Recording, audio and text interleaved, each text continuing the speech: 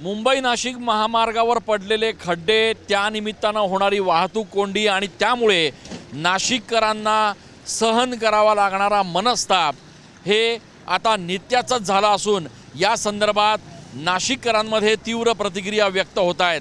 मी सध्या नाशिक मुंबई हायवेवरच्या वाडीवरे परिसरात उभा आहे आणि या ठिकाणी आपण जर बघितलं तर येणाऱ्या वाहतूकदारांना, प्रवाशांना कशा पद्धतीनं खड्ड्यातून मार्गक्रमण करावं लागतंय ते आपण या ठिकाणी बघू शकतो।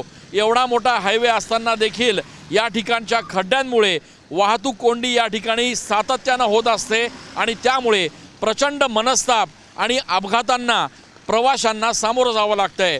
नाशिकचे पालकमंत्री दादा भुसे यांनी या संदर्भात ठाण्यामध्ये काल घेतलेल्या एका बैठकीत नॅशनल हायवेच्या अधिकाऱ्यांना चांगलंच खडसावलं आहे। पुढच्या 8 दिवसांमध्ये नाशिक मुंबई महामार्गावरचा हा संपूर्ण रस्ता जर सुस्थितीत झाला नाही, जर या रस्त्यांवरचे खड्डे 8 दिवसांच्या आत बुजवले गेले नाहीत तर थेट अधिकाऱ्यांवरच कारवाई करण्याचा इशारा दादा भुसे यांनी दिलेला आहे आणि त्यामुळे येणाऱ्या 8 दिवसात तरी नाशिककरांना या संपूर्ण त्रासदायक प्रवासापासून सुटका मिळणार का हे बघणं महत्त्वाचं ठरणार आहे। कॅमेरा पर्सन आकाश शेवलेसह मी चंदन पूजा अधिकारी, TV9 मराठी।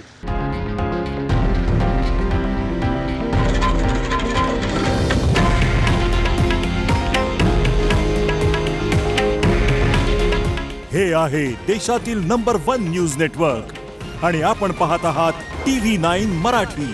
काळजी तुमची, हित महाराष्ट्राचं।